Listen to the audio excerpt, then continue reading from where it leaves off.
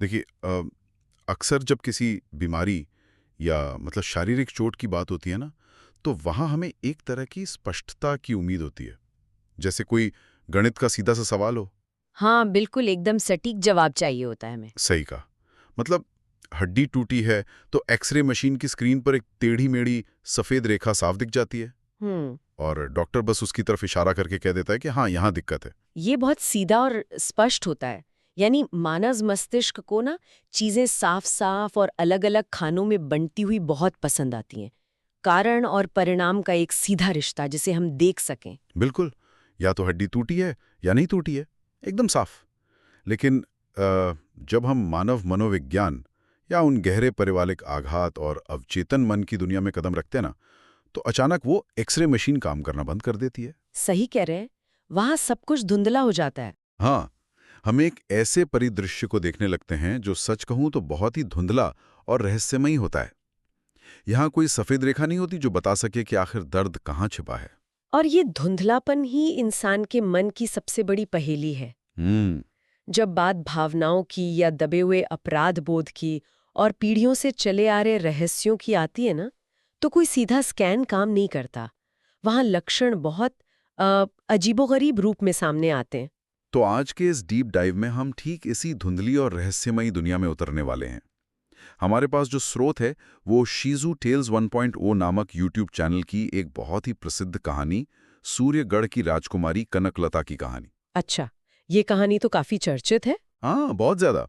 सतह से देखने पर यह किसी आम जादुई लोक कथा जैसी लग सकती है। मतलब एक ऐसी राजकुमारी जो दिन के उजाले में पत्थर की मूर्ति बन जाती है और रात के अंधेरे में वापस इंसान का रूप ले लेती है। पर आज के हमारे इस विश्लेषण का मिशन इस कहानी के सिर्फ जादुई या चमत्कारी हिस्से पर चर्चा करना नहीं है। हम इस कहानी की परतों को खोलेंगे और उस मनोवैज्ञानिक कोड को डिकोड करने की कोशिश करेंगे जो इसमें छिपा है। बिल्कुल, वही सबसे जरूरी हिस्सा है इसका। देखिए, ये दरअसल पारिवारिक रहस्यों, गहरे अपराधबोध और सबसे बढ़कर सच का सामना करने के साहस का एक बहुत ही शानदार मनोवैज्ञानिक अध्ययन है। सुनने वालों के लिए ये समझना बेहद दिलचस्प होगा कि कैसे एक जादुई कहानी असल में मानवीय व्यवहार और क्या कहते हैं सोमैटिक रिस्पॉन्स का एक सटीक दर्पण हो सकती है। तो चलिए, सूर्यगढ़ राज्य की इस दुनिया में चलते हैं। शुरुआत होती है राजा भवानी प्रताप से। एक ऐसा राजा जिसे उसकी प्रजा पूजती है। दरबार में उसकी तारीफों के पुल बांधे जाते हैं। मंदिरों में उसके नाम की जय जयकार होती है। यानी बाहर से देखने पर सब कुछ एक आदर्श राज्य की तरह लगता है। हाँ, एकदम परफेक्ट।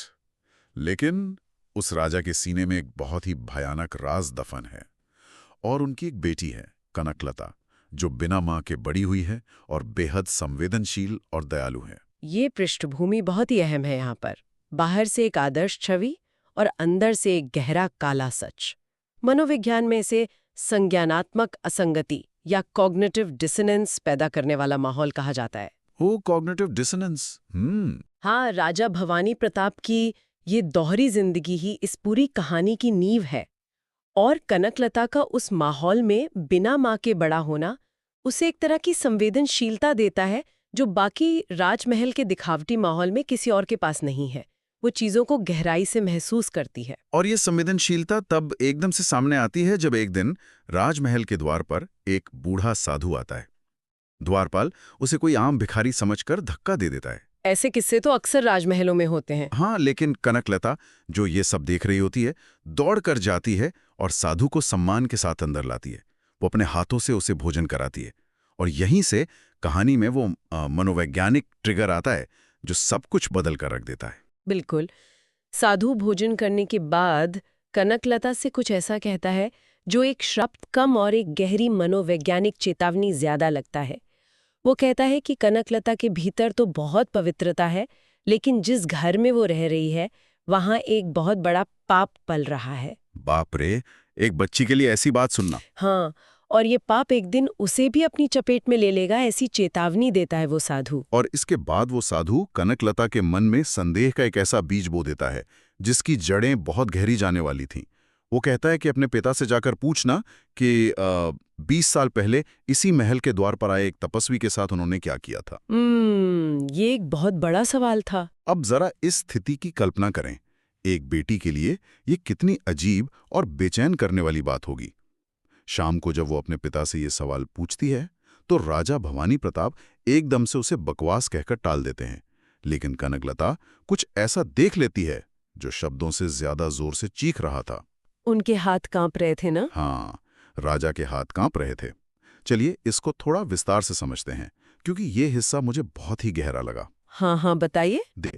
जब हम पीढ़ियों से चले आ रहे पारिवारिक आघात या जिसे अंग्रेजी में जनरेशनल ट्रॉमा कहते हैं, उसकी बात करते हैं, तो ये कहानी उसका एक बहुत ही सटीक उदाहरण है। बिल्कुल सही कहा आपने। जब किसी परिवार में कोई बहुत बड़ा सच या कोई भयानक अपराध पीढ़ियों तक छुपाया जाता है ना, तो अगली पीढ़ी अक्सर उस छुपे हुए तनाव को हवा में महसूस कर लेती है। इसे इस नजरिए से भी देखा जा सकता है कि बच्चे अपने माता-पिता के अशाब्दिक यानी नॉन वर्बल संकेतों को पढ़ने में बहुत माहिर होते हैं। कनकलता ने राजा के शब्दों को नहीं, उनके कांपते हाथों और आंखों के डर को पढ़ा। एकदम सही। और यहाँ मैं एक तुलना करना चाहूँगा। जैसे हमारे शरीर का जो इम्यून सिस्टम होता है, उसका काम हमें बाहरी बीमारियों से बचाना है, रक्षा करना। लेकिन जब वही रक्षक कोशिकाएं शरीर के ही खिलाफ काम करने लगें, जिसे हम ऑटो इम्यून डिजीज कहते हैं, तो शरीर अंदर ही अंदर टूटने लगता है। कनकलता के लिए उसका पिता उसका रक्षक था, उसका इम्यून सिस्टम था। ओह, क्या शानदार बात कही है। लेकिन जब उसे अचानक ये एहसास होता है कि जिस पिता ने उसे बचाया है वही असल में किसी गहरी बीमारी या अपराध का स्रोत है, तो उसका दिमाग इस सदमे को बर्दाश्त नहीं कर पाता। और वही उसके पत्थर बनने की वजह बनता है। हाँ, उसका खुद को शट डाउन कर लेना, अगले ही दिन पत्थर की मूर्ति बन जाना, सिर्फ एक जादू नहीं है।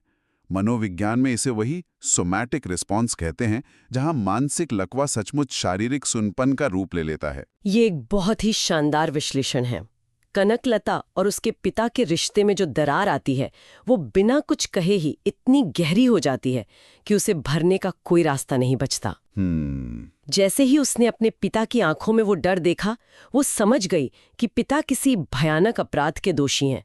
उसका पिता, जिसे वो दुनिया का सबसे मजबूत इंसान मानती थी, अब एक डरा हुआ और संभावित अपराधी बन चुका था।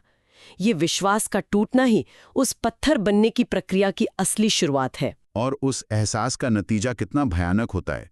दिन का उजाला, जो आमतौर पर सच्चाई, जीवन और ऊर्जा का प्रतीक होता है, वो कनकलता के लिए एक कैद बन जाता है। क्योंकि दिन में उसे वो नाटक करना पड़ता था। बिल्कुल। दिन में दुनिया के सामने, अपने पिता के सामने उसे एक सामान्य जीवन का नाटक करना पड़ता है। इसलिए उसका अवचेतन मन उस दिखावे से बचने के लिए उसे दिन में एक बेजान पत्थर बना देता है। और रात को? और रात का अंधेरा, जहां सब कुछ छुप जाता है, जहां किसी को कोई सफाई नहीं देनी होती, वो उसकी एकमात्र आज़ादी बन जाती है।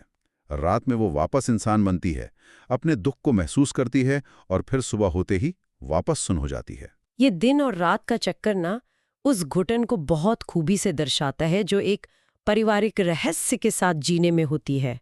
दिन में सामाजिक मुखौटा पहनना पड़ता है, भावनाएं सुन्न हो जाती हैं, इंसान पत्थर हो जाता है, और रात के एकांत में असली दर्द रिसने लगता है। महीनों बीत जाते हैं इसमें। राजमहल में तांत्रिक, वैद्य, बड़े बड़े पंडित सब आते हैं, मंत्र पढ़े जाते हैं, लेकिन कोई इस श्राप को तोड़ नहीं पाता। क्योंकि ये कोई आम श्राप था ही नहीं। सही कहा, क्योंकि किसी भी दवा या तंत्र मंत्र में उस मनोवैज्ञानिक लकवे को ठीक करने की ताकत नहीं थी। और फिर कहानी में प्रवेश होता है पड़ोसी राज्य चंद्रपुर के राजकुमार वीरध्वज का। वीरध्वज का आगमन कहानी के ढांचे पर बदल देता है। आमतौर पर ऐसी कहानियों में हीरो दिन के उजाले में एक बड़ी सेना लेकर आता है, कोई तलवार चलाता है या कोई जादुई जड़ी बूटी लाता है। हाँ, वही टिपिकल हीरो वाली एंट्री। लेकिन वीरध्वज ऐसा कुछ नहीं करता। वो रात के अंधेरे में चुपचाप दीवार फांदकर उस बगीचे में आता है जहां कनकलता कैद है। यहाँ सबसे आकर्षक बात यह है कि वीरध्वज ने आते ही कोई समाधान नहीं थोपा, उसने कोई चमत्कारिक दवा नहीं किया, उसने बस एक बहुत ही साधारण लेकिन शक्तिशाली शब्द कहा, सुनाओ। वाह! इस पूरी कहानी में, इतने महीनों के मानसिक संताप में, ये पहली बार था जब किसी ने कनकलता की बात सुनने की कोशिश की थी। ये कितनी गहरी बात है। देखिए, जब कोई गहरे आघात में होता है ना, तो उसे उपदेश के नहीं, एक ऐसे सुरक्षित स्थान की जरूरत होती है जहां वो बिना किसी जजमेंट के अपनी बात कह सके। बिल्कुल सही कहा। जो लड़की इस पत्थर बनने की प्रक्रिया को अपनी नियति मान चुकी थी, उसके लिए विराटध्वज का वो साथ एक नई उम्मीद जगाता है। लेकिन विराटध्वज सिर्फ एक श्रोता बनकर नहीं लुकता। नहीं, वो जानता था कि सिर्फ सुनना काफी नहीं है। हाँ, वो समझ जाता है कि इस बीमारी की जड़ कनकलता में नहीं, बल्कि उस रहस्य में है जो राजा छुपा रहा है। और यहाँ से कहानी जासूसी के एक बहुत ही दिलचस्प चरण में प्रवेश करती है। बिल्कुल। विराटध्वज जानता था कि न्याय पाने के लिए केवल सहानुभूति काफी नहीं है, सक्रिय रूप से सच की जड़ों तक जाना होगा। वो सीधे राजमहल के मंत्रियों के पास नहीं जाता, क्योंकि वहां सत्ता का डर हावी है। तो वो क्या करता है? वो एक व्यापारी का भेष बनाता है और बाजार में जाकर एक 30 साल पुराने माली हरिया बाबा को खोज निकालता है। हाँ, विराटध्वज की चतुराई यहाँ बहुत सटीक है। वो जानता है कि इतने लंबे समय से डरा हुआ इंसान सीधे सवाल पूछने पर कुछ नहीं बताएगा, इसलिए वो एक मनोवैज्ञानिक चाल चलता है। एक बहाना बनाता है। वो कहता है कि वो एक यात्री है और वो मृत तपस्वी दरअसल विराटध्वज का गुरु था। वो कहता है कि उसके गुरु की आत्मा को तब तक शांति नहीं मिलेगी जब तक सच सामने नहीं आता। और ये तरकीब काम कर जाती है। डरा हुआ हरिया बाबा टूट जाता है। यहाँ ये समझना बहुत जरूरी है कि एक इंसान 30 साल के बाद एक अजनबी के सामने क्यों टूटता है। क्यों टूटता है? अपराध बोध का बोझ इंसान के दिमाग को थका देता है। सालों तक एक भयानक रहस्य को छुपाना मानसिक रूप से इतना थका देने वाला होता है कि अवचेतन मन खुद चाहता है कि कोई आए और उस बोझ को बांट ले। हरिया बाबा का कबूलनामा उसी थकावट का नतीजा था। और जो सच हरिया बताता है ना, वो रोंगटे खड़े कर देने वाला है। वो बताता है कि 20 साल पहले राजा भवानी प्रताप ने सत्ता और गद्दी के लालच में अपने ही सगे बड़े भाई को धीमा जहर देकर मार डाला था। बाप रे, अपने ही भाई को? हाँ, और जब उस सिद्ध तपस्वी ने अपनी दिव्य दृष्टि से यह सच जान लिया, तो राजा ने उसे भी कारागार में डालकर चुपचाप जंगल में ले जाकर मरवा दिया था। एक अपराध को छुपाने के लिए किया गया दूसरा अपराध। ये एक क्लासिक पैटर्न है। एक झूठ को बचाने के लिए आपको हमेशा दूसरा झूठ बोलना पड़ता है, और हिंसा के मामले में ये एक खूनी सिलसिला बन जाता है। लेकिन एक मिनट, यहाँ मेरे मन में एक सवाल आ रहा है। आप पूछे। जब विराटध्वज को ये भयानक सच पता चलता है तो वो सीधे आकर कनकलता को सब बता देता है। क्या विराटध्वज का ये कदम सही था? मतलब क्या एक पहले से टूटी हुई लड़की को, जो दिन में पत्थर बन जाती है, अचानक इतना बड़ा सदमा देना एक तरह की क्रूरता नहीं है? क्या वो सच को थोड़ा छुपाकर या नरम करके नहीं बता सकता था? देखिए, ये एक बहुत ही स्वाभाविक सवाल है। सतह पर देखने पर यह क्रूर लग सकता है, लेकिन मनोविज्ञान के नजरिए से देखें तो एक भ्रम या इल्यूजन को तोड़ना हमेशा दर्दनाक होता है। अच्छा। कनकलता जिस बीमारी से जूझ रही थी, जहां वो पत्थर बन रही थी, उसका इलाज किसी मीठी बात में नहीं था। उसका इलाज उस झूठ की जड़ को उखाड़ने में था। यानी सर्जरी तो करनी पड़ेगी। बिल्कुल। विराटध्वज जानता था कि जब तक कनकलता अपने पिता की वास्तविकता को पूरी तरह स्वीकार नहीं करेगी, वो कभी उस मनोवैज्ञानिक लकवे से बाहर नहीं आ पाएगी। घाव को ठीक करने के लिए पहले उसकी सफाई करनी पड़ती है, जो हमेशा तकलीफदेह होती है। तो इस सब का असल मतलब क्या है? कल्पना करें कि कोई इंसान जीवन भर एक ऐसी नाव में सफर कर रहा हो जिसे वो दुनिया की सबसे सुरक्षित जगह मानता है, और अचानक उसे पता चले कि उस नाव को बनाने वाली लकड़ियां किसी दूसरे इंसान की चिता से चुराई गई हैं। उफ, ये तो बहुत ही भयानक एहसास होगा। कनकलता के लिए उसका पिता वो नाव था। एक बेटी के लिए यह जानना कि उसका रक्षक ही दरअसल उसके ताऊ का हत्यारा है, ये किसी के भी मानसिक संतुलन को पूरी तरह से नष्ट कर सकता है। और इस खुलासे के बाद कनकलता की जो प्रतिक्रिया होती है ना, वो इस कहानी के सबसे परिपक्व और गहरे हिस्सों में से एक है। हाँ, आमतौर पर लोक कथाओं में हम देखते हैं कि ऐसी स्थिति में पात्र जोर जोर से रोते हैं, छाती पीटते हैं या बेहोश हो जाते हैं। लेकिन कनकलता ऐसा कुछ नहीं करते। वो एक गहरी दर्दनाक शांति में चली जाती है। वो बस आंखें बंद करके बैठ जाती है, क्योंकि वो एक भयानक कॉग्निटिव डिसोनेंस में फंस गई थी। एक तरफ वो पिता है जिसने बचपन से उसे बेइंतहा प्यार दिया, जिसने माँ की कमी कभी महसूस नहीं होने दी, और दूसरी तरफ उसी पिता की वो जघन्य सच्चाई है, एक निर्दोष भाई की हत्या और एक पवित्र इंसान की मौत। वो इंसान अपने पिता से पूरी तरह नफरत भी नहीं कर पा रहा है, और उन्हें माफ करना तो असंभव है। ये द्वंद्व इंसान को अंदर से फाड़ देता है। विराटध्वज यहाँ फिर से एक मार्गदर्शक की भूमिका निभाता है। वो कनकलता को सच्चाई का आईना दिखाता है। वो समझता है कि इस श्राप, इस सुन्नपन से मुक्ति तभी मिलेगी जब ये सच सार्वजनिक होगा, क्योंकि रहस्य अंधेरे में पनपते हैं। सच्चाई की रोशनी ही उन्हें खत्म कर सकती है। और यहीं पर कनकलता एक बहुत ही कठिन निर्णय लेती है। वो वीराध्वज से कहती है कि वो अपने पिता को भरे दरबार में खुद बेइज्जत नहीं करेगी। यानी वो सबके सामने चीख चीख कर ये राज नहीं खोलेगी। नहीं, इसके बजाय वो अपने पिता को खुद अपना सच स्वीकार करने का, अपनी गलती मानने का एक आखिरी मौका देगी। ये निर्णय दिखाता है कि एक गहरे आघात के बावजूद कनकलता के भीतर कितनी करुणा थी। वो अपने पिता से उनका चुनाव करने का अधिकार, उनकी एजेंसी नहीं छीनती। वो रात के अंधेरे में अपने पिता के कक्ष में जाती है। राजा भवानी प्रताप, जो सालों से अपराध बोध के कारण ठीक से सो नहीं पाया है, जाग रहा होता है। और फिर क्या होता है? कनकलता बिना किसी घुमाव फिराव के सीधे उससे बड़े भाई की मौत का सच पूछती है। और राजा का पहला रिएक्शन क्या होता है? वही जो बचाव की मुद्रा में आए किसी भी डरे हुए इंसान का होता है, इनकार। वो इसे बकवास कहता है, हरिया बाबा को झूठा ठहराता है। लेकिन कनकलता कोई बहस नहीं करती। वो बहुत शांति से बताती है कि कैसे पिता के उसी एक झूठ के कारण वो खुद दिन ब दिन पत्थर बनती जा रही है। यहाँ हम सत्ता के लालच और पैतृक प्रेम के बीच का सीधा टकराव देखते हैं। राजा भवानी प्रताप तर्क देता है कि अगर उसने सच कबूल कर लिया तो उसकी गद्दी छीन जाएगी, उसका सारा सम्मान मिट्टी में मिल जाएगा। हाँ, लोग उसे हत्यारा कहेंगे। बिल्कुल, उसका अहंकार अभी भी सच से बड़ा बना हुआ है। लेकिन कनकलता का जवाब बहुत ही स्पष्ट और तीखा होता है।